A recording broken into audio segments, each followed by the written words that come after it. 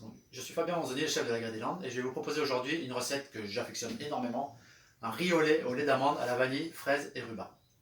Pour ce faire, j'ai anticipé forcément un petit peu la cuisson parce que c'est un petit peu long de cuire le riz au lait, mais pour ce faire cette recette, j'ai du riz rond, donc là c'est du riz rond de Camargue, de la rhubarbe, des fraises, j'ai acheté un petit peu de granola pour faire un peu de croustillant sur le dessus, du lait d'amande, un petit peu de piment pour les fraises, alors ça c'est un choix personnel, et bien sûr un peu de sucre semoule pour assaisonner tout ça.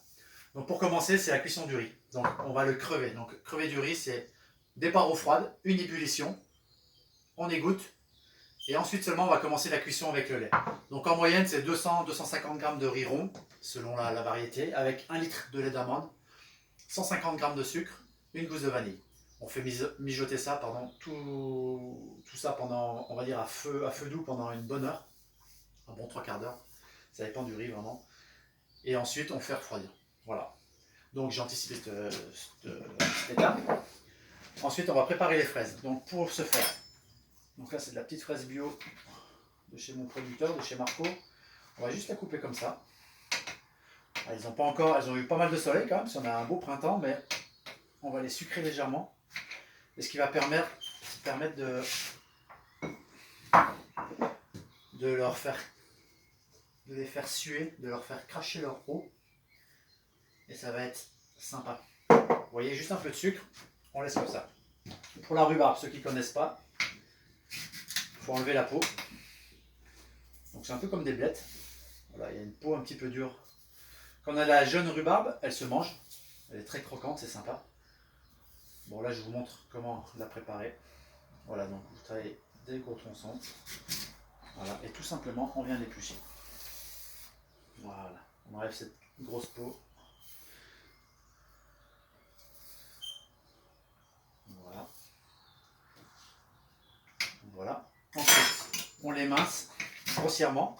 On va la mettre au sucre et on va la faire compoter.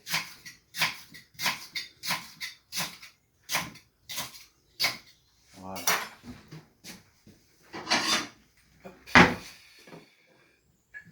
Donc voilà. Donc avec un peu de sucre, à votre convenance.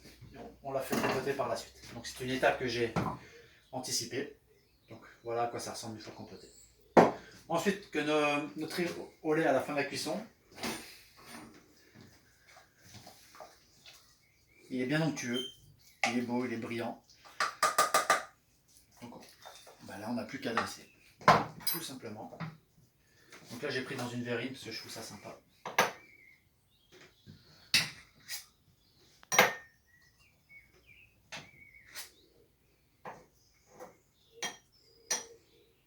Voilà.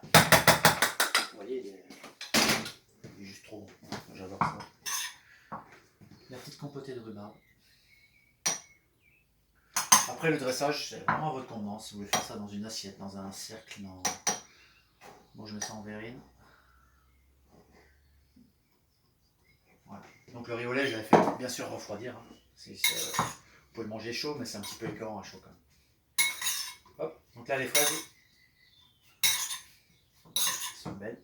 Vous voyez, le fait de les mettre au sucre, ça les fait briller légèrement. Voilà. Voilà. La petite touche, donc ça c'est un petit granola qu'on trouve partout.